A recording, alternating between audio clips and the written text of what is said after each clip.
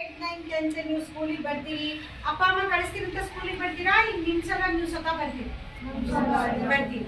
ಎಲ್ಲರಿಗೂ ಗೋಲ್ ಇದಾವು, ಗೋಲ್ ಗೊತ್ತಾ? ಧ್ಯೇಯ ಕನ್ನಡದ ಧ್ಯೇಯ ಗೋಲ್ ಎಲ್ಲರಿಗೂ ನಿಮ್ಮ ವೈಯಕ್ತಿಕ ಗೋಲ್ಗಳು ಇದಾವೆ. ನಾನು ದೊಡ್ಡವನಾಗಿ ನಾನು ಏನಾದ್ರು ಇಂಜಿನಿಯರ್ ಟೀಚರ್ ಆಗ್ತೀನಿ, ಹಿಂಗೆ ಎಲ್ಲರಿಗೂ ಇದಾವು. ಎಲ್ಲರಿಗೂ ಇದಾವಲ್ಲ, ಎಲ್ಲರಿಗೂ ಒಂದು ಲಾಂಗ್ ಟರ್ಮ್ ಗೋಲ್ ಐತೆ. ಆ ಗೋಲ್ ನೀವು ಪ್ರಾಪ್ತಿ ಮಾಡ್ಬೋದು. ಅದ್ರ ಸಲುವಾಗಿ ನೀವು ಸ್ಕೂಲಿಗೆ ಬರ್ತೀರಿ, ಜ್ಞಾನ ತಗೊಳ್ತೀರಿ, ಹಿಂಗೆಲ್ಲ ನಡೀತೈತಿ ಹಿಂಗೆಲ್ಲ.